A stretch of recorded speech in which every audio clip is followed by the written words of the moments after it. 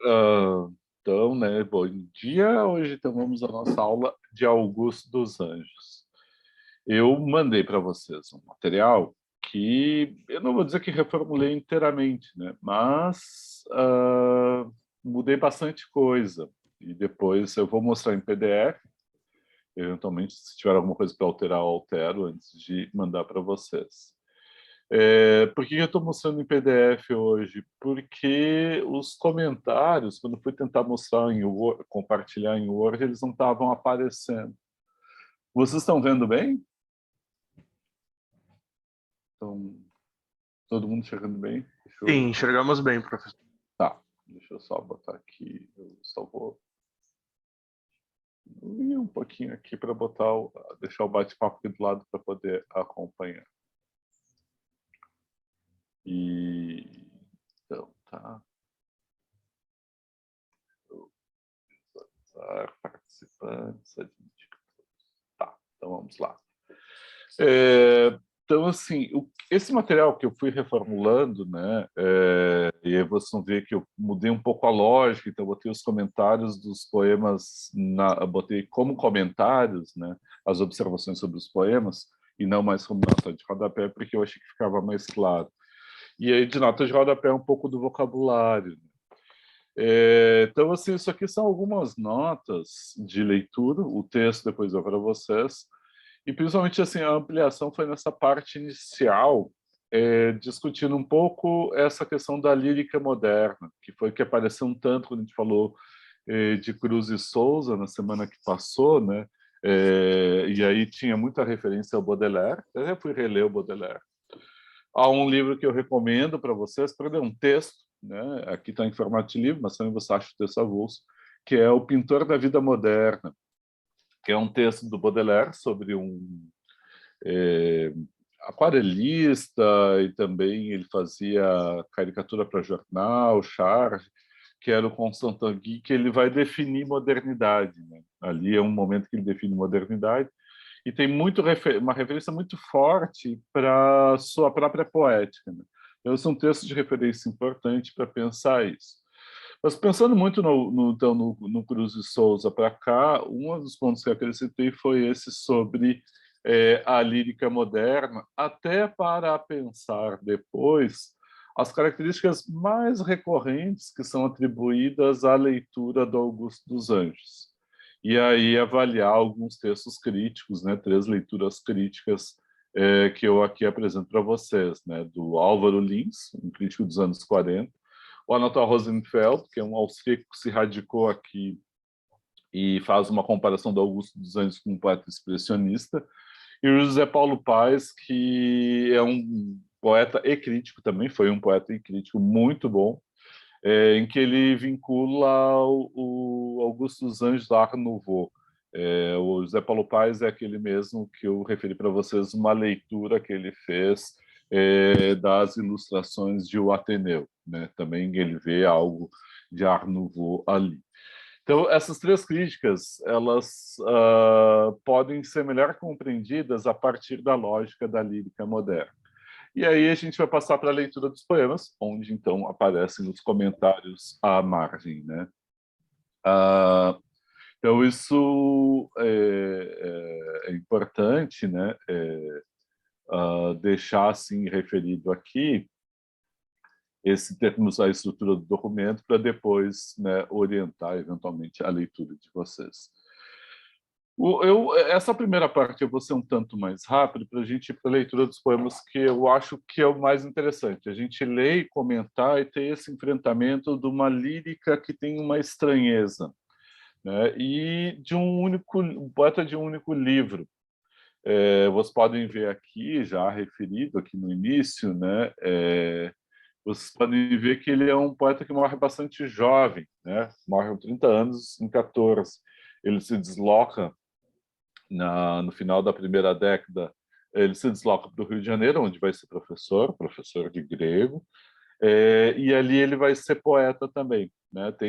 Só fazer um parênteses, tem um romance, uma biografia romanceada, um romance biográfico da trajetória do Augusto dos Anjos, escrito pela Ana Miranda, que se chama A Divina Quimera, né? E ela ficcionaliza um evento que tanto lendário ou fofoca, mas não tem confirmação propriamente dita, que é um encontro do Augusto dos Anjos com o Bilac, né? E o desprezo do Bilac pela poesia do Augusto dos Anjos. Né? Fecho parênteses, volto para cá, porque ele era um tipo todo angustiado, um tipo tenso, né? Mas volto para cá. Esse único livro dele, que é o Eu, depois Eu e Outras Poesias, né? É o livro de referência. Peculiaridade é que é uma recepção bastante grande, né? Um dos poetas, acho, mais conhecidos da lírica, da poesia brasileira. Tinha o seu livro, um dos mais vendidos. Em paralelo era a Lira dos 20 Anos, do Álvaro de Azevedo. Então, enfim, pode ter uma penetração bastante interessante. E o que interessa agora colocar é a data de publicação dele, 1912, na sua primeira edição, bem ali nas 2 primeiras décadas, e que atualiza um problema que a gente vem vendo ao longo do semestre, que é a tentativa de categorização como um estilo de época para essa produção do início do século XX. E essas categorizações, como estilo de época, tendem a funcionar até o simbolismo. Aqui, nesse início do século, não funcionam mais. Então, assim, uma definição que ela é muito insatisfatória, uma categoria que nada define, então uma má categoria, que é pré-modernismo. Hoje em dia é como bater em defunto, né? Quer dizer, não vai doer nada, quer dizer, ninguém mais usa pré-modernismo de sã consciência, porque é uma categoria muito ruim, ela é realmente ruim. Por que ela é ruim? Porque pega o modernismo, a partir de 22 como referência, e diz que o que veio antes é o pré, é tipo uma pré-história, é aquilo que antecedeu o modernismo. Ou seja, é quase como se fosse preguiçosamente uma tentativa de não definir o que veio antes. E aí é uma salada mista, uma salada de fruta, uma salada de batata, mas é uma salada que nada define. Por quê? Porque depois do simbolismo que antecede, a gente tem um tensionamento bastante grande. Vejamos agora, 1912, quando é lançado o livro do Augusto dos Anjos. Na Europa, a gente tem as vanguardas. O primeiro manifesto, assim, de grande repercussão, já tinha o expressionismo, mas o grande manifesto de grande repercussão, que é o Manifesto Futurista, né, do Marinetti, é lançado em 1908, 1909, na França, né, publicado primeiro na França, apesar de ser uma vanguarda italiana. A gente já tem ecos de vanguarda no Brasil. Não tem ainda um movimento de vanguarda, mas as vanguardas europeias já começam a ecoar. Depois a gente tem 14, a Grande Guerra, né? E aí vai ter uma viravolta nas vanguardas europeias, inclusive. Mas o que a gente vai tendo aqui em termos de marcação? A gente tem uma persistência do parnasianismo, o 1916, se vocês lembram, a gente comentou, o Olavo Bilac foi eleito príncipe dos poetas. A gente tem uma persistência de uma produção ainda, podemos, de romance realista. A gente tem vários grupos regionais simbolistas. Aqui em Porto Alegre a gente tinha um grupo importante do simbolismo né, aqui do Rio Grande do Sul. Sim, a figura mais preponderante, relevante, talvez, seja, dê para dizer assim, é do Eduardo Guimarães, a Divina Quimera. A gente tem alguns que vão ser chamados de penumbristas, outros como decadentistas, enfim, né? O José Paulo Paes vai tentar trazer isso que era da Europa para o Brasil, que é a arte nova, né? O Art Nouveau, né? Então, assim, é muito variado, né? E aí, inclusive, as leituras do Augusto dos Anjos são as mais diversas possíveis deste, entre aspas, autor pré-modernista. Aí, o que eu queria trazer com vocês, que eu acho que é relevante de ser pensado? Ele tem algo que ele desorienta na leitura, do Augusto dos Anjos. Né? Então, eu vou pegar como referência o uso dos termos científicos de uma racionalidade científica, e vários neologismos que ele vai criar e trazer para a poesia a partir daí. O que acontece? Já teve leituras mais diversas, mas nesse momento só vou citar do Anatol Rosenfeld comparado com Gottfried Benn. Por quê?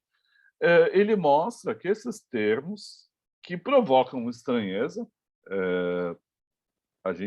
eu acho que os leitores comuns, nós letrados, qualquer um, nós aqui da turma, todos nós, eu já como professor mais velho, vocês como professores em formação, vocês da letras, não conheço quem vai conseguir ler o Augusto dos Anjos sem ter um dicionário do lado, né?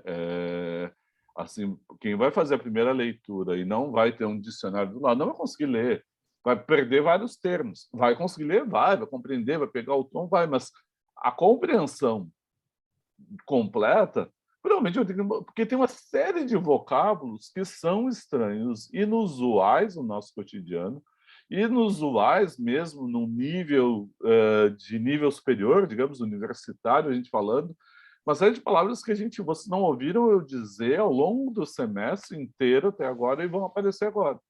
E a gente não se considera aqui, a gente não está nivelando por baixo, a gente está fazendo um curso bastante cuidado, né? Trazendo a crítica, saindo do senso comum. Fecha parênteses. Quer dizer, essa linguagem bastante elevada do Augusto dos Anjos é elevada pelo cunho mais prosaico de termos que provocam estranheza, que muitas vezes vem das leituras científicas dele. Que interessa dizer é que o Anatol Rosenfeld ele observa isso e ele mostra esses termos, eles não são algo que está fora do uso, eles são usados de modo coerente. Não é um uso trivial, superficial, acessório. Não, ele é um uso necessário na visão de mundo do Augusto dos Anjos e, mais do que isso, provocando estranheza, que trazem algo numa relação tensa com o leitor, que é próximo com um poeta expressionista, né, de língua alemã, que é o Gottfried Benn. Ou seja, é como se a gente tivesse no Augusto dos Anjos alguém que tem uma visão de mundo similar à vanguarda. Ele não é de vanguarda, ele não é modernista. Ele não se vinculou a um grupo de vanguarda, fazendo manifestos, propondo uma poética. Não, ele era um poeta bastante isolado, e este poeta bastante isolado desenvolve uma linguagem e uma visão de mundo muito próxima das vanguardas. Ou seja, a gente está numa situação, e isso é que eu quero, por isso que vocês vão encontrar aqui que eu coloquei, um excurso, quer dizer, é um pequeno desvio do material, o excurso é um pequeno desvio, digamos, do capítulo sobre Augusto dos Anjos, especificamente sobre lírica moderna. Me pareceu bastante relevante para pensar, trazer aqui, normalmente eu trago isso só na Brasileira C, mas trazer aqui para entender Augusto dos Anjos, porque Augusto dos Anjos é, então, um lírico moderno, mesmo que não seja modernista, mesmo que não seja vanguardista. Ele não é exatamente simbolista, ele não é parnasiano, tem coisas do parnasianismo, dos sonetos que ele trabalha, mas ele não é parnasiano. Mas ele tem vários traços já de modernidade na sua composição poética, que nos é relevante aqui comentar. E aí eu trouxe um comentário que é de um autor de língua alemã, tem vários questionamentos já, o debate sobre lírica moderna seria assim, um semestre inteiro, a gente podia fazer uma cadeira só poesia moderna, desde comentários no Baudelaire aos poetas brasileiros. Então, eu não vou comentar tudo, mas eu peguei esse que é o Hugo Friedrich, que é a estrutura da lírica moderna, porque ele define bastante bem a lírica moderna, marcando uma arte que se faz intencionalmente obscura. E ele define uma junção entre incompreensibilidade, pense nas palavras do Augusto dos Anjos, e fascinação, que pode ser chamada, e aí ele usa uma categoria que me importa bastante, dissonante. Um som dissonante e não harmônico. Dissonante, pois gera tensão que tende mais à inquietude do que à serenidade.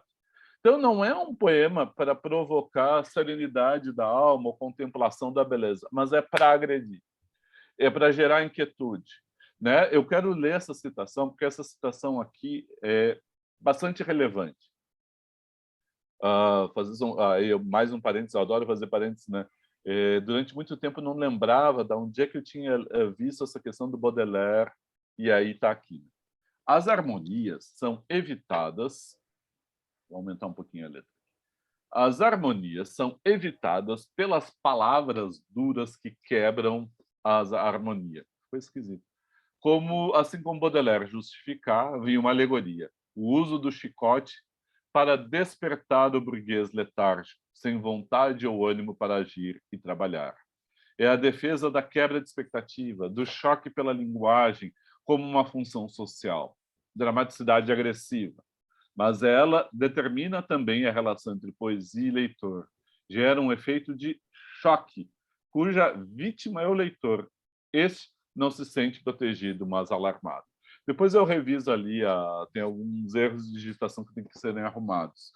O que acontece aqui que eu quero pegar? Eu vou pegar a imagem do chicote. Então, dizer a palavra, e isso hoje em dia, né, depois do episódio que bombou e virou grande tema do Twitter, da piada, né, do Chris Rock sobre a esposa do Will Smith e a reação dele de dar um tapa, as palavras são agressivas, as palavras machucam. A linguagem usada e ela pode gerar e transtornar o outro. Eu quero guardem aquela reação. O cara diz uma piada, é palavra, verbo, não tocou o corpo, mas o outro se sentiu agredido. E ele reage, ele perde o controle de si, sobe num palco para dar um tapa no outro. Veja o que Baudelaire diz. Baudelaire diz que, né, a poesia deveria ser como usar um chicote para despertar o burguês letárgico. Imaginem, isso veio de um poema em prosa do Baudelaire. Burguês sentado na frente da lareira, aquecido num dia de inverno, e a poesia vai chicotá-lo para que ele desperte, para que ele, né, tenha um outro tipo de atuação. Ou seja, tem uma ideia de que, e aí por isso dramaticidade agressiva, de que há um diálogo entre o eu poético e o leitor que é de agressão, que é de embate. E esse embate é para provocar choque. A definição, né, da teoria moderna, teoria da literatura, perdão, a partir da lírica modernista e futurista russa, a teoria russa define a literatura como estranhamento, desautomatização. Isso é muito mais do que uma definição de literatura, é uma definição de uma literatura moderna que provoca estranhamento. A literatura pode não provocar estranhamento, pode, ao contrário, pode provocar agrado, pode nos apaziguar, pode ser que nem uma lullaby, uma cantiga de ninaná, né? Dorme assim para adormecer e agradar o outro. Mas a definição moderna para a literatura, ela é muito marcada pela desautomatização, pelo estranhamento, pelo efeito de choque sobre o outro, para desacomodá-lo, para provocar. E isso tem no Augusto dos Anjos. E aí o que o Hugo Friedrich faz é mostrar as categorias que ele diz como negativas, que são categorias que ajudam a definir a poesia moderna. Eu vou pegar, peço que leiam esse trecho em azul, que é da lírica tradicional. E aí eu vou citar aqui. Nessa forma, a lírica era avaliada, porque através de categorias positivas: aprazimento, alegria, plenitude harmônica, símbolo, universal, no particular, a aura da poesia, a linguagem que enobrece o homem, e assim poderia seguir. Ou seja, são categorias, unidade, harmonia, equilíbrio, né, apaziguamento, assim, que são categorias de positivação da arte. Eu insisto nisso porque até hoje, às vezes isso vai a julgamento quanto a um poema ou uma obra de arte pode circular no público ou não. Até hoje, a tentativa de definir arte e literatura e poesia e lirismo, então, é através de categorias positivas. E o que o Hugo Friedrich mostra, e essa é a grande virtude do livro dele, é de que a arte moderna, especificamente a lírica moderna, ela é caracterizada por categorias negativas. Perdão pela redundância, né? Ela é definida por categorias negativas. Então, ela é fragmentada, ela é descontínua, ela é obscura, muitas vezes pode parecer confusa, ela desorienta, ela parece incoerente, ela tem um estilo que é só uma lista, alinhavo, etc. Ou seja, o que a gente está lidando aqui e que provocou estranhamento, e o episódio relatado, né, do Augusto dos Anjos apresentando sua poesia e o Bilac reagindo mal com aquilo, é porque é uma poesia que provoca estranhamento. E estranhamento, inclusive, eu não vou ler o outro comentário crítico, que é do Eric Auerbach, e quero comentar as reações. O que gera estranhamento? O tipo de linguagem sonora, aquilo que são consideradas imagens monstruosas, o tipo de sonoridade agressiva, né? Escarra nessa boca que te beija, isso é uma agressão ao leitor. Esse efeito que gera repulsa, os termos científicos e filosóficos que não são compreensíveis para o leitor comum e que ficam soando como algo, né, termos raros, soando como algo estranho. Então, tem uma série de marcações de estranheza que geram, inclusive, leituras diferentes, que eu não vou comentar hoje, eu vou direto para a leitura dos poemas, mas eu só vou destacar uma delas, a leitura que eu acho pior delas. E insisto com vocês, às vezes a gente lendo um crítico que pode parecer ruim, ele nos instiga a fazer a nossa própria leitura. E aí o crítico que eu vou citar é esse aqui, que é o Álvaro Lins. E aí eu vou pular os trechos, as 3 leituras críticas, que é a do Álvaro Lins. Por que o Álvaro Lins? Porque o Álvaro Lins, nesse texto de 1947, que é um suplemento de jornal que foi feito em homenagem, né, a vários poetas, entre eles Augusto dos Anjos, né, também tinha o Cruz de Souza, Alfonso Guimarães, outros tantos.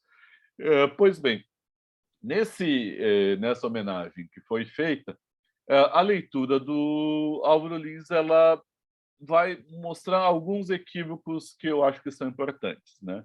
Vou pegar as 2 citações aqui. Essa primeira aqui, vou grifar aqui, e depois essa segunda aqui, as 2 que têm essa abertura verde. Ele tem, com efeito, Augusto dos Anjos, 2 faces. Tem 2 faces, a do autêntico poeta e a do poeta vulgarmente sensacional, a do artista com enorme riqueza de pensamento e sensibilidade e a do artificial com a gritante roupagem precária de uma precária terminologia científica. Quero guardem isso. Agora eu vou pegar a segunda citação. É curioso, diz o Álvaro Lins, é curioso observar que alguns dos mais horrorosos versos de Augusto dos Anjos, marcados pelo mais terrível mau gosto, tenham sido dedicados a pessoas que lhe eram especialmente queridas, como a poesia Mater, o soneto ao filho e o terceiro dos 3 sonetos ao pai doente e morto. Os 2 primeiros sonetos são de uma emoção pura e autêntica, com estilo exemplarmente artísticos, perfeitos na substância e na forma, enquanto o terceiro está perturbado, estragado, violentado pela preocupação científica. Contudo, se a nomenclatura das ciências físicas e naturais nada acrescenta ao valor da poesia de Augusto dos Anjos e antes a prejudica pelo prosaísmo e mau gosto a que se submete muitas vezes o espírito científico, antes de tudo, uma atitude intelectual. Isso que eu quero pegar com vocês. Ele diz que a poesia do Augusto dos Anjos é dupla. Tem poesia muito qualificada, extrema sensibilidade, mas tem um outro lado, que é uma poesia vulgarmente sensacional, uma poesia atravessada pelo mais terrível mau gosto. Onde é que está o mau gosto? No soneto que ele faz ao filho, agregado, eu vou pular lá para diante do soneto, até não vai ser um soneto que a gente vai comentar muito, mas eu só quero pegar porque esse é o da Mata mas não é o da mãe, mas é versus Roncão, idealismo, versus... Aqui. Esse aqui é dedicado ao meu filho nascido morto com 7 meses incompletos. Agregado infeliz de sangue e cal. Ele está falando do filho e chama de agregado infeliz de sangue e cal. É isso que ele chama de mau gosto. E é isso, justamente, esse tipo de poesia que o Nota Rosenfeld, que eu já citei, então não vou comparando com um poeta expressionista, ele vai dizer que sim, essa terminologia científica faz sentido e é usada, né, ele chama de poesia que pode ser de necrotério, é usada de modo adequado, de modo extremamente adequado para revisar, para mostrar uma visão de mundo. Ele vai marcar, a partir do Theodor Adorno, como se fossem termos anorgânicos, que quebram a organicidade da forma, como uma espécie de pedra no meio do caminho, que estranha, provoca estranhamento e dureza, inclusive, para a interpretação. Então, por isso eu queria trazer essa leitura do Álvaro Lins, porque para entender, isso aqui é mau gosto, isso aqui é inadequado, isso aqui não é necessário. Se eu fizer a leitura pela poesia moderna, das categorias lançadas pelo Hugo Friedrich, entre outros, eu vou perceber que isso que para o Álvaro Lins é mau gosto, isso é um componente negativo que caracteriza uma categoria negativa, portanto, um componente negativo que caracteriza a poesia do Augusto dos Anjos. Ela não é acessória, ela é necessária para a gente compreender a poesia do Augusto dos Anjos. Tranquilo até aqui? Eu estou falando, eu tenho a impressão de que eu estou falando alto, excepcionalmente alto, falando rápido. Tá bem? Posso seguir nesse tom? Que aí eu vou ler alguns Tranquilo, poemas. professor. Tranquilo, e daí a gente passa. Tá. Já tinham vários comentários que... Agora está gravando, né? Está gravando, né? Tá gravando. Não estou gravando, será? Tá gravando, sim. Tá. Recording, ali em cima. Tá, não tinha visto. Levei um susto, porque depois... Isso já aconteceu outras vezes, aí depois eu tenho que gravar... Parar tudo, gravar de novo, né? Então, eu vou seguir aqui. E tem uma divisão do conjunto de poemas do Augusto dos Anjos que é bem nítido, assim, né? Até em todos os poemas, eu fiz uma seleção dos poemas, aí eu fui relendo a obra completa dele, né? Do Augusto dos Anjos. E o primeiro poema do Eu e Outras Poesias é Monólogo da Sombra, que infelizmente eu não coloquei aqui. Aí eu não ia fazer nova leitura, Sou uma Sombra, que são poemas longos, poemas bastante longos, né? E eles se alternam com sonetos. Então, assim, tem vários... o livro é bem mais longo o livro do que essa pequena seleção que eu fiz aqui. Eu peguei 2 poemas longos, que é o Poema Negro e Os Doentes. Então, eu vou começar pelos longos, apesar de eles não estarem em sequência, e depois eu vou comentar um pouco os sonetos. Esse primeiro poema longo, eu aqui trouxe, que me pareceu exemplar. Em que sentido? Ele é um poema, né, vazado na primeira pessoa, então esse é o poeta que ele vai se colocar aqui, e ele vai mostrar muito da sua trajetória, ele como que se revela. É um poema que tem feição narrativa.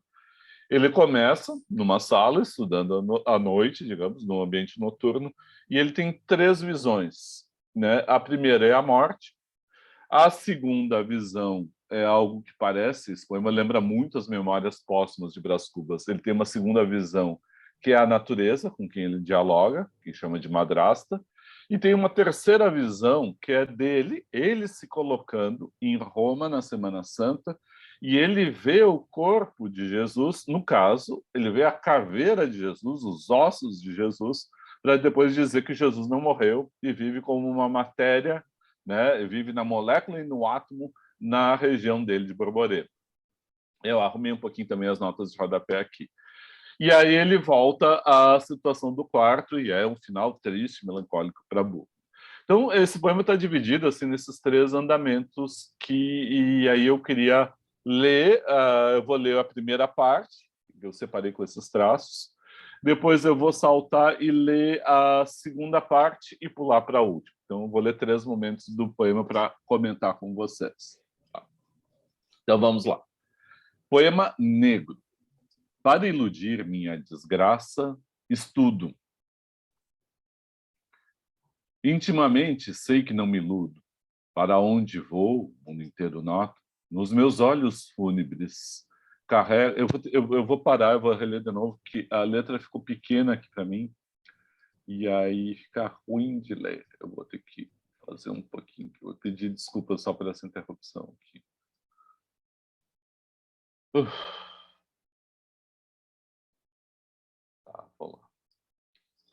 Então, vamos lá, foi maneiro. Para iludir minha desgraça, estudo. Intimamente sei que não me iludo. Para onde vou, o mundo inteiro nota. Nos meus olhares fúnebres carrego a indiferença de um cego e o ar indolente de um chinês idiota. A passagem dos séculos me assombra. Para onde irá correndo minha sombra nesse cavalo de eletricidade? Caminho.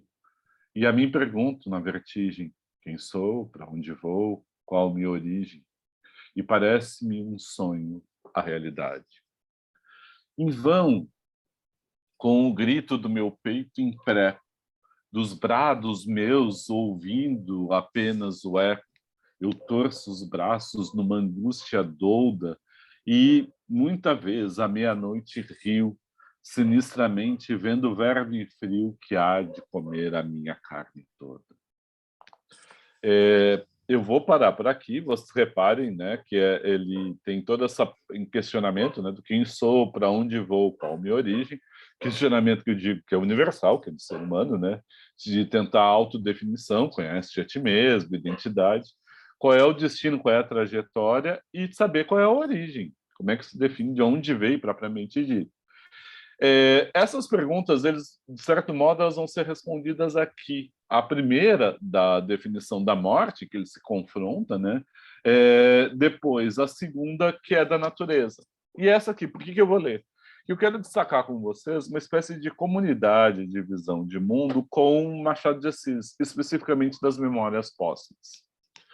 Chegou a tua vez, ó natureza.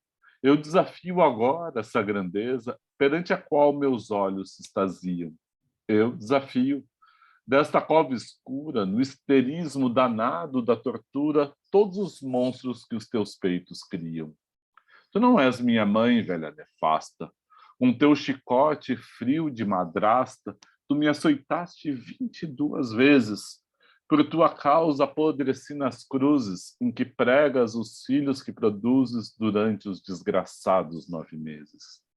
Semeadora terrível de defuntos, contra a agressão dos teus contrastes juntos. A besta, que em mim dorme, acorda em berros.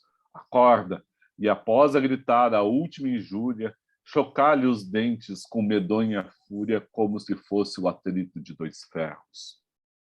Pois bem, chegou minha hora da vingança. Tu mataste o meu tempo de criança, e de segunda-feira até domingo, amarrado no horror de tua rede, deste-me fogo quando eu tinha sede. Deixaste estar, canalha, que eu me vingo. Então tem uma marcação ressentida, que é diferente lá do delírio do Memórias Póstumas de Brás Cubas. Você é uma marcação ressentida contra a natureza, então tem uma visão lírica, e que ele agride e jura vingança, né? Então, assim, depois a gente vai comentar um pouco o estilo, a adjetivação exagerada, as grandes imagens grandiloquentes, mas eu quero marcar assim, que ele está tendo visões, e ele vai contrapondo. Primeiro a morte, agora a natureza, e agora a visão religiosa. A gente está vejam aqui, assim, eu vou pegar só essa abertura. Outra visão me espanta. Estou em Roma, é Sexta-feira Santa. A gente está na Páscoa. A gente está aqui, propriamente dito, a gente está naquele momento, na Páscoa, né, Semana Santa, em que tem na sexta-feira, morte, às 3 horas, né, a chamada hora da misericórdia, a morte, né, de Jesus na cruz, quando ele expira enquanto homem, para depois ressuscitar. E aí é como se fizesse uma abertura de portal, né, da morte para a transcendência, a ressurreição, né, em termos de revelação enquanto divindade. Então, quer dizer, é a figura paradoxal, né, porque ele é homem e Deus ao mesmo tempo, e nessa transubstanciação, perdão, nessa transformação, nessa ressurreição, transubstanciação é outra coisa, né? É aquela da hóstia, né? Do corpo na hóstia. Enfim, é outra categoria. Mas essa categoria religiosa é a superação daquilo que é um dos grandes dilemas da condição humana, que é a finitude, que é a mortalidade. E ele resgata, só que ele faz uma leitura para lá de profana, herege, a gente poderia dizer, em que Jesus aparece nos seus ossos, e ao final ele diz que está vivo. Assim, eu pegar agora o final para ir para a terceira e última parte. Não, Jesus não morreu, vive na Serra da Borborema, eu fiz questão de botar aqui que na Serra da Paraíba, uma região muito específica do Nordeste brasileiro, onde vive Jesus. Mas onde é que vive? Não, Jesus não morreu. Vive na Serra da Borborema, no ar da minha terra, na molécula e no átomo. Resume a espiritualidade da matéria e ele é que embala o corpo da miséria e faz da cloaca um perfume. Isso aqui é de uma agressividade muito grande, porque a cloaca, né, então imagine o cheiro que vem de uma cloaca, o cheiro de fezes, mas ele faz da cloaca uma urna, um lugar em que tem perfume. Ou seja, ele provoca a metamorfose do fedor em perfume, ele provoca a metamorfose da matéria, essa matéria rebaixada, ela passa a ser perfumada. Ou seja, o que ele está colocando é que a espiritualidade, que é o que representa a figura de Jesus na religião cristã, ela está na própria matéria e na própria vida da matéria, e por isso o verme para ele é tão importante na sua visão de mundo, porque a matéria orgânica ela vira inorgânica na molécula e no seu processo de transformação ela vai ser agregada, vai virar matéria orgânica de novo. Ou seja, ele a partir de uma noção materialista, ele vai dizer de um ciclo vital que nunca se encerra. Isso é uma explicação da ordem da ciência, mas para a compreensão ou tentativa de explicação de algo que ele escapa, que é essa transcendência. Pois bem, 3 visões. E aí, ao final, ele volta. E aí eu vou agora ler o final para comentar no final desse poema. Na agonia, vou começar aqui, né, nesse finalzinho aqui. Na agonia de tantos pesadelos, uma dor bruta puxa-me os cabelos. Desperto. É tão vazia a minha vida. No pensamento desconexo e falho, trago as cartas confusas de um baralho e um pedaço de cera derretida. Dorme a casa, o céu dorme, a árvore dorme. Eu, somente eu, com minha dor enorme, os olhos ensanguento na vigília. E observo, enquanto o horror me corta a fala, o aspecto sepulcral da austera sala e a impassibilidade da mobília. Meu coração, um cristal, se quebre, o termômetro negue minha febre, torne-se gelo o sangue que me abrasa e eu me converta na cegonha triste, que das ruínas de uma casa assiste ao desmoronamento de outra casa. Ao terminar este sentido poema, onde vazei minha dor suprema, tenho os olhos de lágrimas imerso. Rola-me na cabeça o cérebro oco. Porventura, meu Deus, estarei louco daqui por diante. Não farei mais versos. Né, depois vocês vão ver, eu agreguei, ele passei o comentário ali do final do poema, desse delírio, ao final do delírio, reparem que ele desperta, né? Então tem a ideia do despertar, tem sempre a ideia da iluminação, né? Do despertar da consciência, da vigília, sair do sono para a vigília, despertar. Essa passagem de consciência, como uma espécie de iluminação, né? Daquele insight, quando os neurônios brilham, vem aquela luz, quer dizer, tem uma ideia de despertar, de acordar, dos delírios, do delírio com as 3 visões.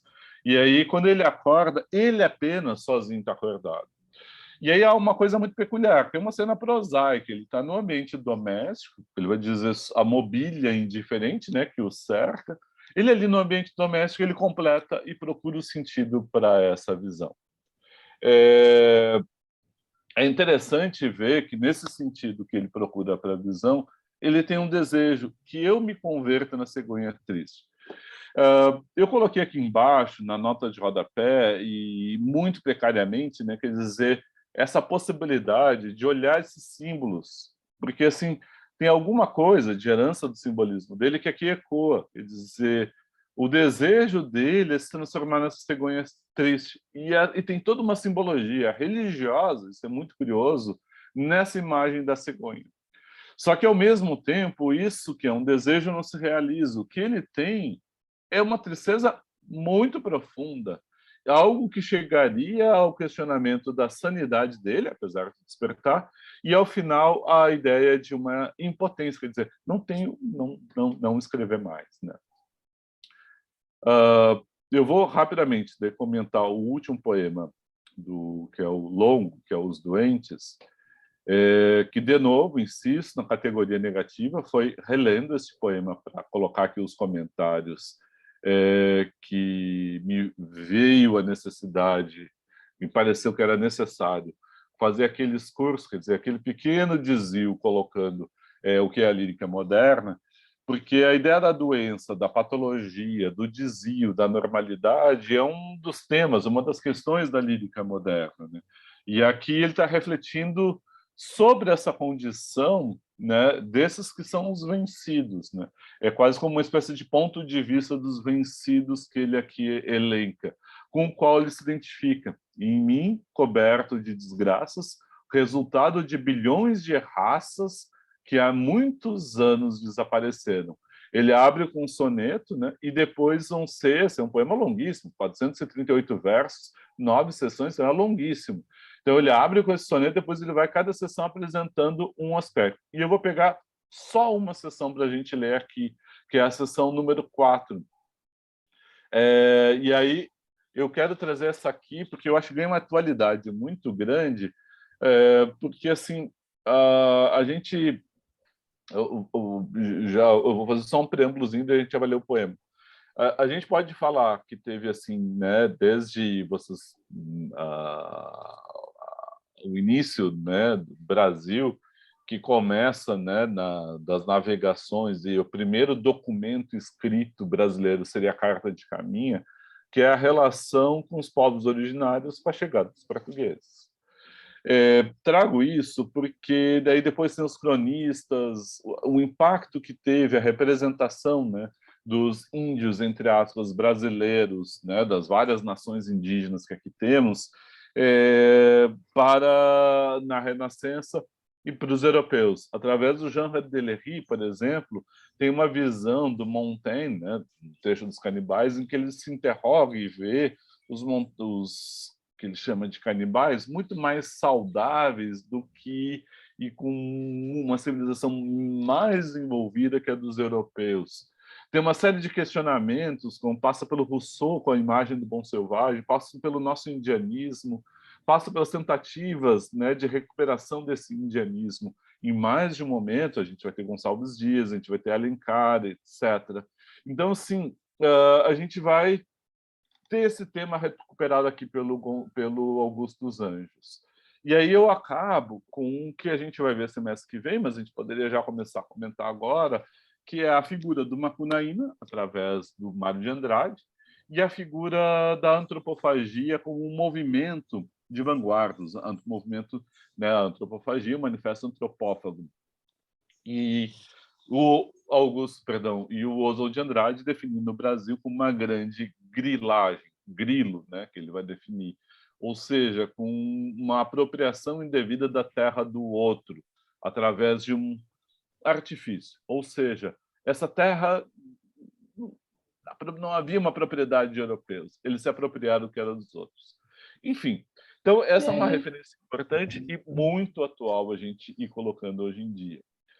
Aí eu quero só ler essa seção 4, porque é um modo para ver o modo como o Augusto dos Anjos coloca, e eu quero destacar um verso de todo esse trecho aqui depois. Seção 4. Começar a chover.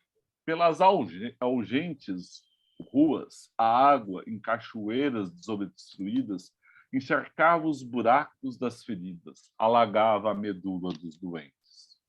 Do fundo do meu trágico destino, onde a resignação os braços cruza, saía, com o vexame de uma fusa, a mágoa gaguejada de um cretino. Aquele ruído obscuro de gagueira, que à noite em sonhos mórbidos me acorda, vinha da vibração bruta da corda mais recôndita da alma brasileira.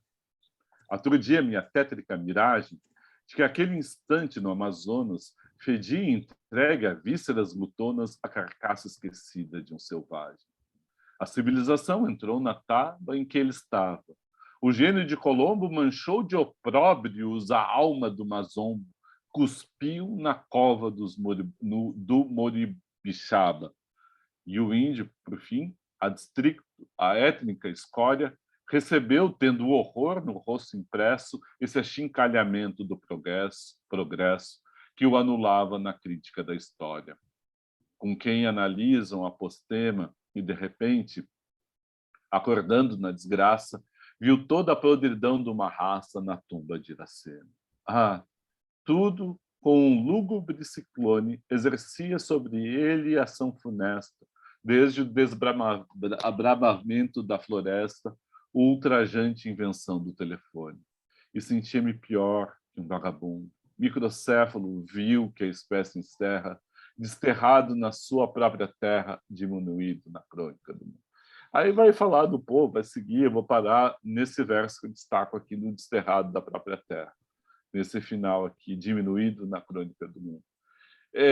Esse poema, que é um poema longo, está lidando com os doentes, está fazendo uma leitura bastante densa da condição brasileira atual, da atualidade dele, né, Augusto dos Anjos. E pensando aquilo que ele está falando da sua alma brasileira. E ele vai referir, se identificar e se reconhecer nesse que ele fica pensando, que foi invadido pela civilização e que, desde a chegada de Colombo, só foi agredido, que tende a ser desterrado na sua própria terra e diminuído na crônica do mundo.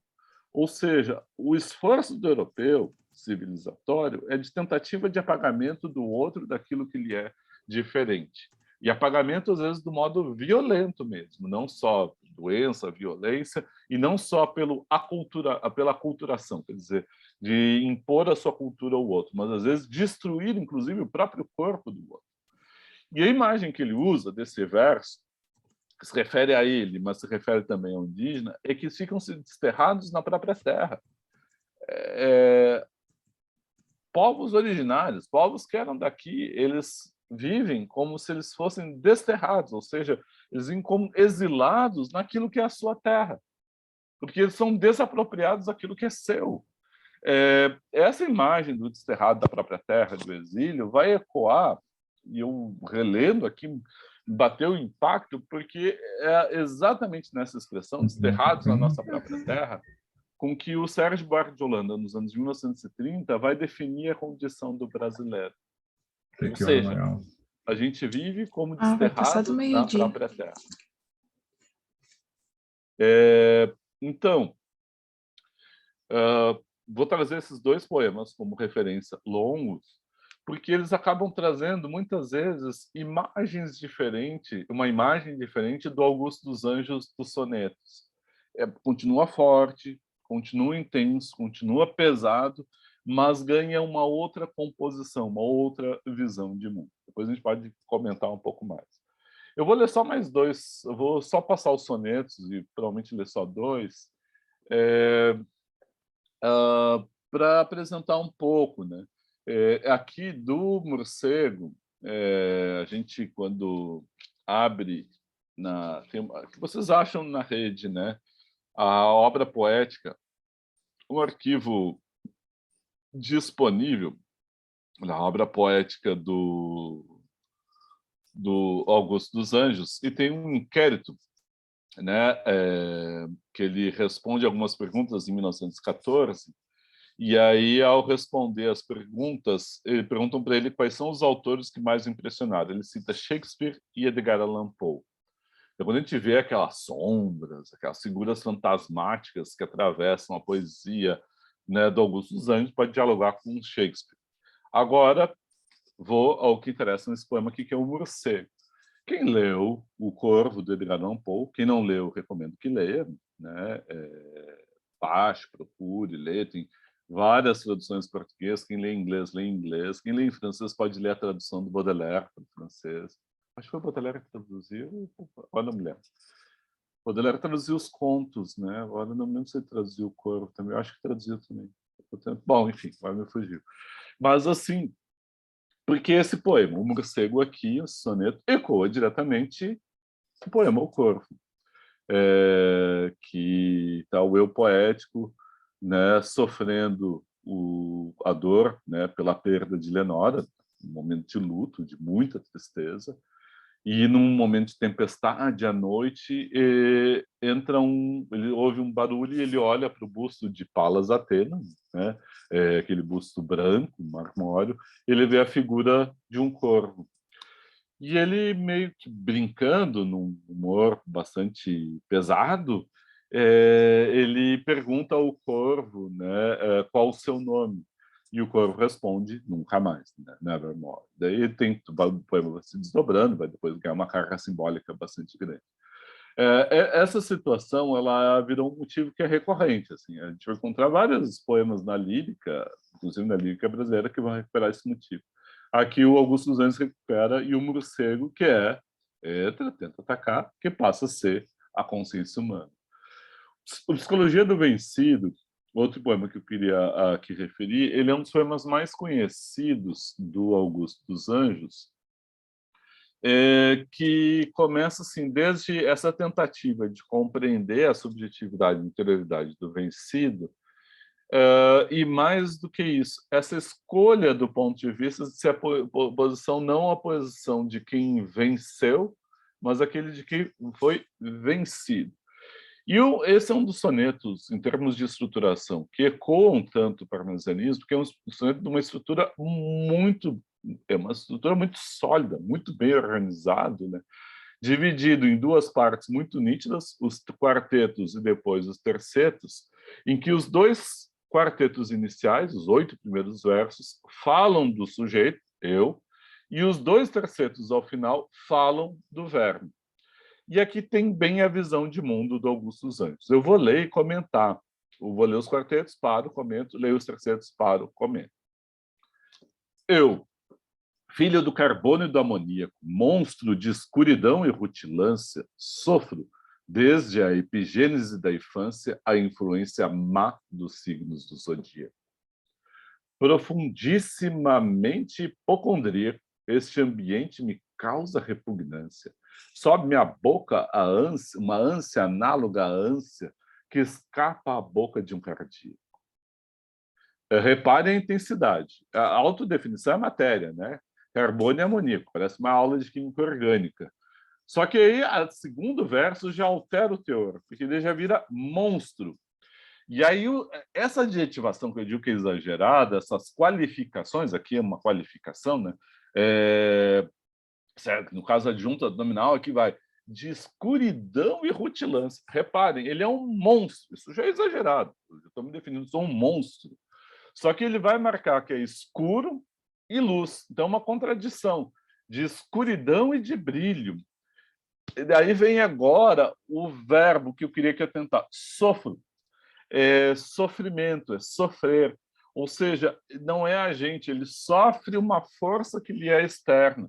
E aí, a epigênese é o momento inicial do óvulo sendo fecundado. Desde esse momento original, ele sofre o quê? Influência má dos signos do zodíaco. Opa!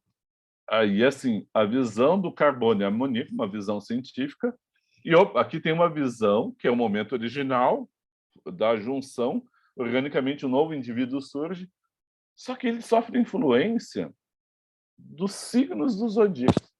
Ou seja, ele está ecoando aqui a visão astrológica e uma visão que no Renascimento não tinha tanta oposição, que é uma visão de uma grande unidade do mundo. Enfim, né, quem quiser ler mais, tem um livro do Michel Foucault, que é As Palavras e as Coisas, que ele mostra que havia uma visão de unidade no mundo renascentista, em que o nascimento, a origem do ser humano, ela era um espelho da posição dos astros naquele momento da origem do nascimento. Ou seja, o mapa, né, dos céus, o mapa astral, né, enfim, o mapa, a composição dos mapas naquele momento, cristalizada, revelaria a natureza do indivíduo. O que ele está dizendo que aquilo da astrologia, que era estudado com seriedade, que depois foi banida, foi tirada da astrologia, alquimia, todos são tirados da ciência, como uma paraciência, né? Alguma outra coisa que não é ciência. Mas, assim, o que ele está dizendo aqui, e nesse momento a astrologia não é ciência, está dizendo que os astros definiram e trazem uma influência má na sua condição, no seu próprio destino. E aí ele vai se definir na doença e há essa marcação de repulsa pelo meio. Ou seja, ele é uma condição passiva, né, dentro dessa estrutura. Quero destacar como linguagem o primeiro verso do segundo quarteto, profundissimamente hipocondríaco. Não é profundamente, é profundissimamente hipocondríaco.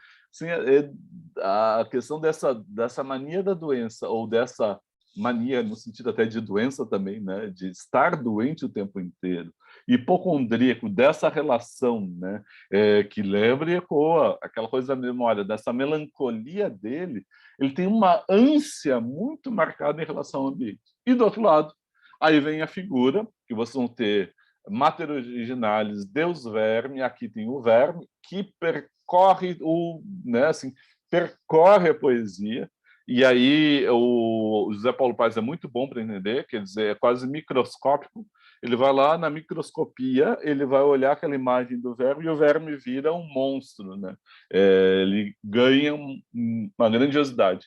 Ou seja, no ponto de vista desse eu poético, ele vai reduzindo o foco sobre o verme, e esse verme vai ocupar a tela inteira, uma tela enorme de cinema inteiro.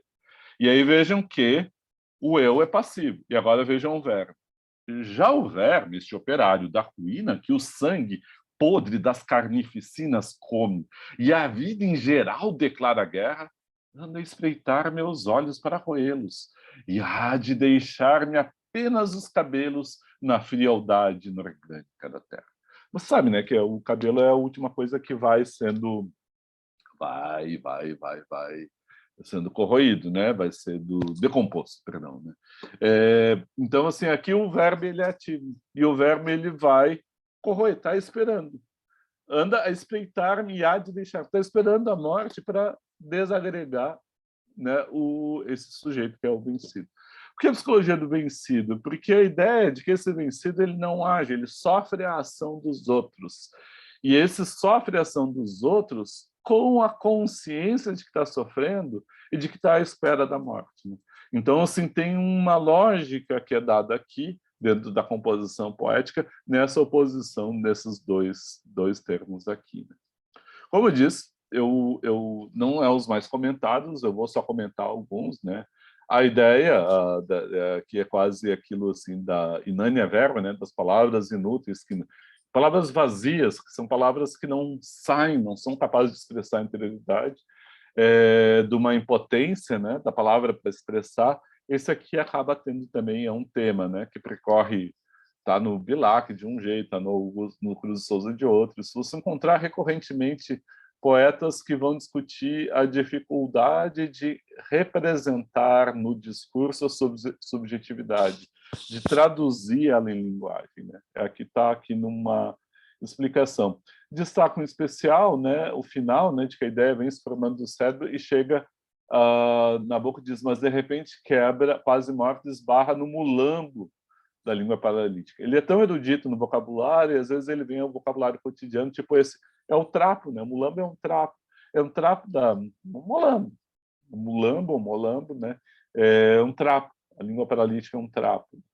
E depois destaco em especial que tem alguns que veem a seriedade do diálogo dele com o budismo. Quem estudou, eles, como alguém que estudou o budismo, muito através do filósofo Schopenhauer, né, que tinha uma visão de que na progressão a gente deveria se desligar dos desejos para ir condições, chegar realmente quase como buscar o nirvana como ideal, né, quer dizer, e se purificando desse vínculo com a materialidade, com a terra, para se libertar a alma, né? Só que aqui tem uma coisa de humor, né, muito marcado. Eu vou destacar esses dois versos, né? Tome, doutora, sua tesoura e corte, e o outro que é um urubu pousou na minha sorte, né? Vocês vão ver aqui, tem um link, né, que é a gravação do disco como canção, desse poema como canção, pelo Arnaldo Antunes, né? Que ele vira uma canção com vários ruídos, presta atenção nos ruídos, e que dá uma dimensão muito da modernidade deste poema. porque ele brinca com o anedótico, então uma pequena narrativa, e ao mesmo tempo que ele brinca com esse anedótico, ele está falando de uma condição humana, né? E essa condição esvaziada da condição humana. E essa brincadeira, esse humor, ele vai trazer do soneto e da lógica do budismo, ele vai trazer através de uma linguagem muito trivial, muito cotidiana, inclusive com uma figura de linguagem que é uma figura popular, é um dito popular, né? O urubu pousou na minha sorte. Enfim, né? Depois vale a pena ouvir, vale a pena atentar um pouco mais para esse poema. A gente pode ler mais depois, né? O Lázaro do Paz ecoa, né, o poema Aquele dos Doentes, a seção 4, a forma, perdão, Mater Originalis, né, do Verne, de novo, a gente está voltando. E aí tem o Versos Íntimos, que vai ser o último que eu vou ler, o Deus Verne. O Lupanar é legal, interessante ver, e aqui que deu um estalo de leitura, e dessa vez, agora relendo, que é muito evidente que ele é um poeta moderno, ele deriva do Baudelaire, né, em grande medida, da poesia moderna baudelairiana, mas ele perde aquilo que é o erotismo, a expressão amorosa que a gente encontra no Baudelaire. Tem algo de uma relação com o corpo, que é uma relação muito agressiva, muito violenta, mas não tem a relação, o erotismo, ele parece que ele é destituído de erotismo, né? Não há poemas eróticos, assim, que eu procurei, reli, assim, só se me bateu, passou algum, né? Mas, assim, eu não encontrei, né, poesia erótica. E isso é um afastamento da poesia, de uma das vertentes, pelo menos, da poesia baudelairiana, que ele deixa de lado, né? Esse é o soneto, dedicado ao filho, que eu já mostrei. E agora eu vou à leitura do último poema. É o que está menos comentado aqui, mas eu acho que é o mais conhecido e, assim, eu acho que é um que vale voltar sempre, mesmo que vocês já conheçam bastante, né? Versos íntimos. Vês, ninguém assistiu ao formidável enterro da tua última quimera. Somente a ingratidão, esta pantera, foi tua companheira inseparável. Acostuma-te à lama que te espera. O homem que nesta terra miserável mora entre feras sente inevitável necessidade de também ser fera. Toma um fósforo, acende teu cigarro. Veja, amigo, é a véspera do escarro. A mão que afaga é a mesma que apedreja.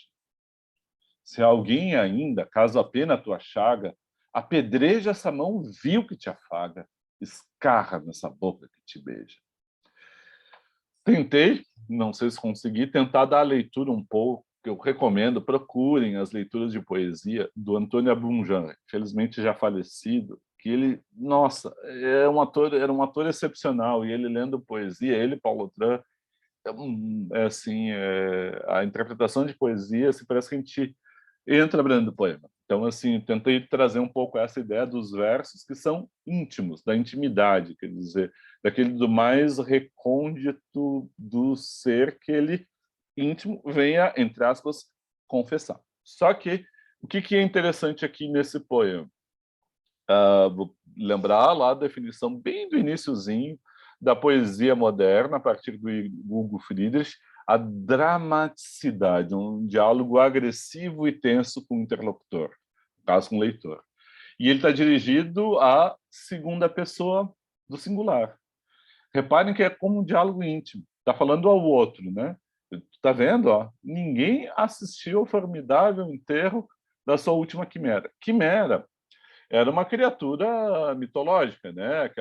Aquela mistura de animais, né? O grifo, misturado um corpo de leão, as asas.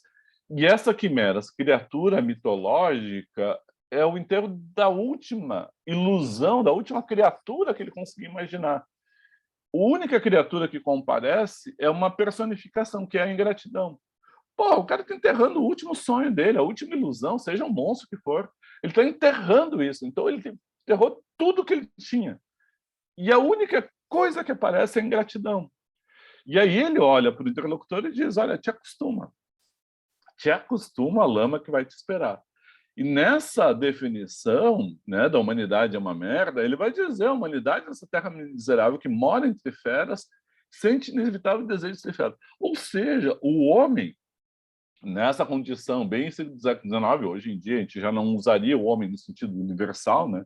A gente usa, assim, pela questão masculina, feminina, a gente já não faria mais esse atributo, pelo menos desde a Declaração Universal dos Direitos do Homem pela ONU, que troca, tira a versão masculina, homem, e passa a ser humano, acabou isso, né? Mas, em todo caso, vamos dar essa concessão ao Augusto. Eu digo, olha, o ser humano, ele é uma merda, ele é uma fera que vive entre feras num ambiente miserável e também quer ser fera. É tremendo isso. E aí vem um dos versos que eu diria assim, tem toda a agressividade que é moderna, mas tem um aspecto que o Hugo Friedrich não pega, e quem pega melhor é o Erich Auerbach, quando diz que a poesia moderna ela passa como romance, mas assim na versão mais reduzida, a incorporar todos os discursos cotidianos, gêneros em primeiro lugar do discurso, gêneros ligados a atividades práticas. Ou seja, ele pega aquilo que eu comentei com vocês bem no final da aula passada, já na hora das perguntas, quando alguém pergunta, perdão, que é o uso de uma linguagem de boteco, uma linguagem muito trivial, em que sai do conselho, acostuma-te à lama que te espera. Isso é um conceito grandiloquente, negativo para burro, muito rebaixado, mas ao mesmo tempo grandiloquente. Acostuma-te à lama que te espera. Só que daí ele troca o tom do poema. Repare que troca o tom. Toma um fósforo, acende teu cigarro. Ou seja, vira algo bastante trivial. Fuma um cigarro, bebe, toma um gole d'água, né? Dá uma paradinha aí, meu.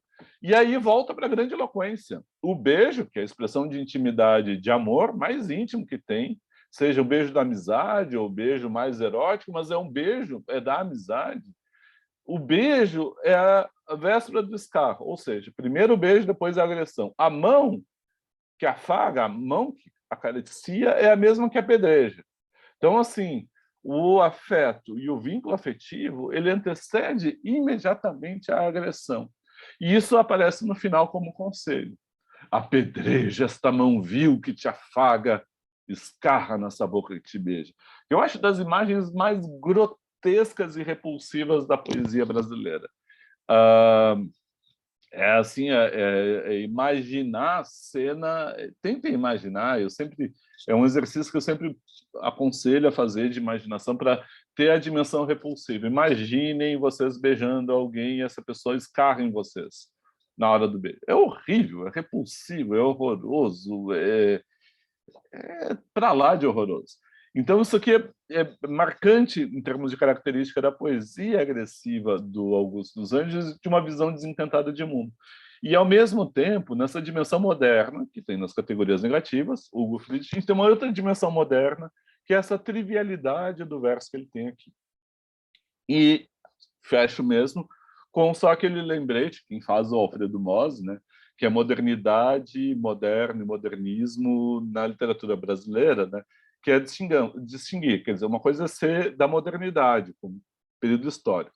Outra condição é ser moderno, e aqui o Augusto dos Anjos que eu estou defendendo é que ele é moderno, para lá de ser Art Nouveau, decadentista, expressionista, ele é poeta moderno que dialoga com Baudelaire, talvez um dos primeiros poetas modernos do Brasil, só que não é modernista. Então, assim, não faz parte da vanguarda. Então, ele é um poeta moderno por essas características que eu estava tentando mostrar aqui, acompanhando na leitura.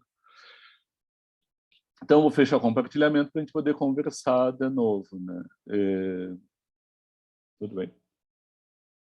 E aí, fico à disposição para a gente conversar um pouco, né? Eu sei que eu estou fazendo exposição longa e deve cansar, né? Eu tinha que perder um pouco essa coisa de tentar ser completo, da completude, né? Expor tudo, expor menos e conversar mais. De repente, semana que vem, a gente faz isso com o João do Rio, né? Ficou muito cansativo, gente. Eu não achei cansativo, Sor. Eu só não tô participando muito hoje porque eu tô meio gripada, daí eu tô mais A voz tá mais... assistindo, mais, descansando, assim. Tá. E querem comentar alguma coisa, assim, que... Professor, acontece que acho que a aula do senhor é mais ou menos um podcast, eu sempre fico ouvindo. Tá, mas Entretido. o que é que eu acho importante, qual é a minha preocupação? É que eu vejo assim, o grupo que assiste aqui e tem muita gente que não assiste, então eu fico imaginando que tem que fazer uma coisa com início, meio e fim, né? O material que eu mando para vocês em PDF é a mesma coisa, né? Dá um trabalho do cão aquilo, preparar, né? Mas eu acho importante, eu acho ter, principalmente para quem não pode vir à aula, né? Assistir. Mas o podcast é um elogio, Lucas, ou é uma... Isso é Com um bom... certeza. Eu acho que cada professor tem um formato, o formato do senhor é esse, eu gosto bastante. Ah, que bom. E o que acharam dos poemas assim do Augusto dos Anjos, né? O Soro do Verme, eu achei muito. Não sei por que quando eu tava lendo me remeteu muito a Brás Cubas. Eu achei a pegada, assim, principalmente o início, né? Que tem aqui o Machado faz aquele. Ah, lá os vermes. Isso. Aí eu achei muito parecido assim, eu tava lendo. Eu senti muito uma pegada machadiana, não sei por que me remeteu logo a essa ideia. Quem fez, eu não achei, eu não tenho aqui até, mas eu acho importante referir assim, né? Que é professora de literatura portuguesa hoje, mas que foi professora de também estudou literatura brasileira e tem a dissertação sobre Augusto dos Anjos da professora Ana Tamanzi. E ela fez o estudo de aproximação do Augusto dos Anjos e do Machado de Assis, né? E esse diálogo é muito forte mesmo. Tem uma raiz comum que poderia ser apontada entre os dois, que é a do Schopenhauer, né? Em termos do pessimismo schopenhaueriano. Tem uma visão muito desencantada da vida do Schopenhauer. E que aqui, no caso do Augusto dos Anjos, e lá, no caso das Memórias Póstumas de Brás Cubas, aparece nessa imagem do verme, né? Do verme a quem ele dedica, né? Eu dedico essas memórias, eu estou tentando achar aqui no livro, aqui só para citar o verso preciso, mas assim dedico essas memórias ao primeiro verme que roeu as minhas carnes demais. Cadê aqui? Obras completas. Eu queria achar direto memórias póstumas, né? Mas aqui vai estar tá no outro arquivo, aqui não apareceu. Mas porque isso é uma das coisas interessantes de ver, essa visão da natureza. E esse diálogo ele fica quase explicitado, quase declarado, e atualizado, né? E aí, como o diálogo ele tem uma autonomia na voz do Augusto dos Anjos, naquele primeiro poema, né? Do poema negro, quando na segunda visão ele conversa com a natureza. Só que a natureza ali não responde, só ele fala de modo ressentido, né? Então, é interessante. Esse diálogo eu acho que seria muito produtivo É que eu desenvolver. acho que o Machado é muito metamorfo, sabe? Só ele consegue escrever uma coisa um pouco mais obscura e ao mesmo tempo que consegue conversar com diversas obras, sabe? Então, tipo, na minha cabeça, eu sempre, não é comparar, mas é que às vezes eu vejo uma coisa parecida e me remete direto ao Machado, sabe? Sim. Só E que eu tem... gostei muito do Augusto, eu gostei muito dele porque eu senti, eu não sei, tipo, eu gosto dessa pegada um pouco mais melancólica, um pouco mais obscura, sabe? Me lembrou Sim. muito alguns poemas que a gente leu na brasileira, na literatura brasileira, alguns poemas bem que tinham Do mais ou menos Álvares essa de pegada de Azevedo? sombra. Isso, que tinha essa pegada de sombra e, sabe, Sim, mais de noite, sabe, algo assim. sim. Tem um texto, e lembra com bastante razão, você tem toda a razão nessa relação, né? Tem um texto do Antônio Cândido, chama Educação pela Noite, que ele mostra essa dimensão noturna, o que é a literatura. E esses que eu escrevi, no caso, ele está fazendo um texto sobre o Álvares de Azevedo. Dessa dimensão noturna, é uma espécie de educação noturna para a gente conhecer aquilo que é o mais escuro, mais duro, mais pesado, né, da nossa condição. Porque nós todos temos isso, né? Só que aí, assim, quando isso vem à tona, no caso, por exemplo, do Augusto dos Anjos, cada um vai tendo uma coisa específica, né? Então, assim, quando a gente lê o Álvares de Azevedo, a gente vai encontrar também. Então, assim, eu acho talvez o poema mais melancólico, não vou dizer mais, né? Porque tem vários, né? Tem aquele Um Cadáver de Poeta, enfim. Mas, assim, o que eu ia dizer era das ideias íntimas, né? Que ele está sozinho no quarto meditando e que lembra esse aqui do Poema Negro, né? Que ao final ele desperta, ele está olhando para o quarto melancolicamente, vai falando da falta de sentido, da falta de arrumação, até, né, dizer que precisa de um conhaque para ter algum brilho. Então tem um eco, né, do romantismo e desse romantismo negro, né, que passa pelo simbolismo, a gente pode dizer, passa pelo Cruz de Souza aqui, e vai passar pelas vanguardas também, e por poemas modernos também aqui, como o do Augusto dos Anjos, né? Assim, a raiz, né, da poesia moderna né, tá nessa raiz aqui né, do que a gente pode apontar sobre o romantismo. De primeiros poemas. Isso está comentando, Raíssa, da leitura da poesia de todos nós, né? A gente, assim, lê poesia, eu acho que ele nos demanda, como leitores, como interlocutores de um poema, nos demanda uma atitude de leitura diferente da leitura do romance, da leitura da prosa, né? E nos exige mais. E no caso de um poeta como Augusto dos Anjos, nos exige ainda mais, né? No grau de obscuridade com que ele se apresenta, né? De vocabulário, da construção das imagens exageradas, quando tem essas cenas delirantes, né? Então é muito mais exigente. Quando a gente lê um poema que nem o do Olavo Bilac, é muito mais tranquilo de acompanhar, de se envolver, porque parece que ele nos acompanha e nos envolve. E não estou discutindo qualidade. O Bilac é melhor que o Augusto dos Anjos, ou o Augusto dos Anjos é melhor que o Bilac. Não é isso. Estou colocando assim que são poéticas que nos propõem diferentes relações, né? E eu acho interessante que às vezes a gente perde um pouco, e eu digo a gente e me incluo nisso, né?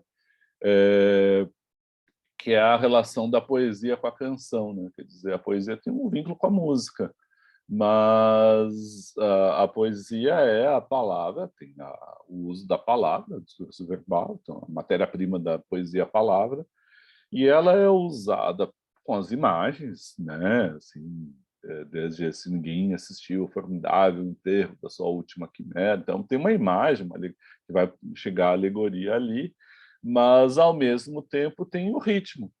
Então é uma palavra ritmada, e que a gente, na estrutura dos versos, a gente vai lembrar pela melodia, a gente grava, às vezes a gente até decora, a gente sabe decora, a gente sabe by heart. E aí quando eu penso na poesia e na leitura de poesia, eu penso muito na leitura em voz alta da poesia e muitas vezes na canção. O limiar entre a poesia e canção ela é muito tênue, porque assim o limiar da impostação declamada, rítmica da leitura do verso, para passar para a leitura rítmica cantada, né, da palavra cantada, né? Então tem a palavra dita, a gente está conversando aqui, eu estou falando, mas a gente tem a palavra declamada, daí já é outro ritmo, e eu já tenho depois a palavra cantada, tanto que muitos dos poemas se auto-intitulam canção. Canção do Exílio é um exemplo, né? Porque pega um ritmo muito marcado, regular, que embala e que pode virar canção, né? Então, esse trabalho rítmico ele é muito marcante. O que eu estou dizendo isso é que eu acho muito nessa... e aí eu digo agora, na minha trajetória de formação de leitor de poesia, que também não comecei lendo poesia, né? A leitura de poesia ela foi entrando aos poucos, né? E na adolescência eu lembro que eu adorava ler antologia, lia os poemas, lia em voz alta, mas foi entrando aos poucos. E essa entrada passou muito pela canção. Passou muito quando fui descobrindo várias canções que eram poemas, né, musicados e cantados, portanto, né? Então, que ajuda a aproximação da poesia, né? Sim. E esse vocabulário que cria dificuldade tremendamente. E eu acho que é para criar dificuldade mesmo. Afasta o leitor, fascina e, ao mesmo tempo, afasta.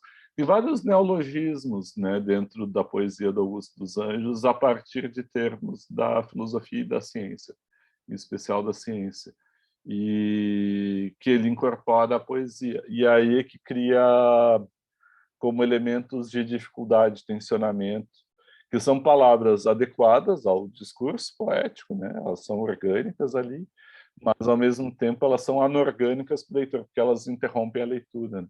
Elas interrompem, ou pelo menos não interrompem a leitura, interrompem a compreensão e se tornam poemas obscuros, né? Difíceis de compreensão, difíceis.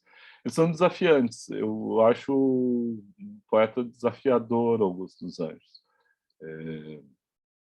Assim, eu acho que ele tem várias coisas interessantes, assim, né, de sendo abordadas.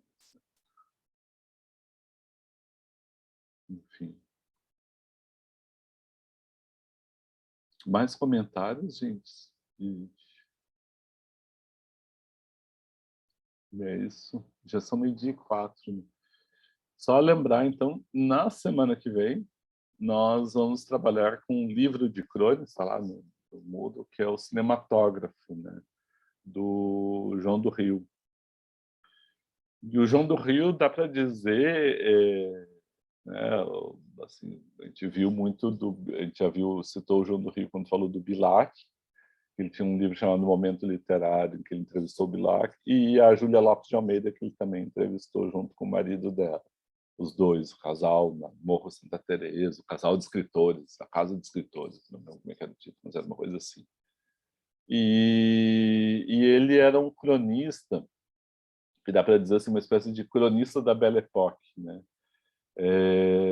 Em que ele falava dos aspectos da modernização do Rio de Janeiro e essa modernização em tensão com aquilo que ia sendo deixado para trás, deixado de lado. Então, ele é um dos cronistas mais interessantes. Assim, a gente vai lendo as crônicas dele de modo muito envolvido, porque são muitas narrativas, né? Ele mesmo dizia que o que ele fazia não era idêntico ao que fazia no jornal Machado de Assis ou no jornal que fazia o Olavo Bilac, né, como cronistas, mas ele era uma outra coisa, né? Então tem crônicas ali que são sensacionais e são realmente assim uma forma de entrar, né, para pensar esse processo de modernização do bota abaixo do Rio de Janeiro, que a gente vai comentar bastante ali, tá? Podemos encerrar então por hoje?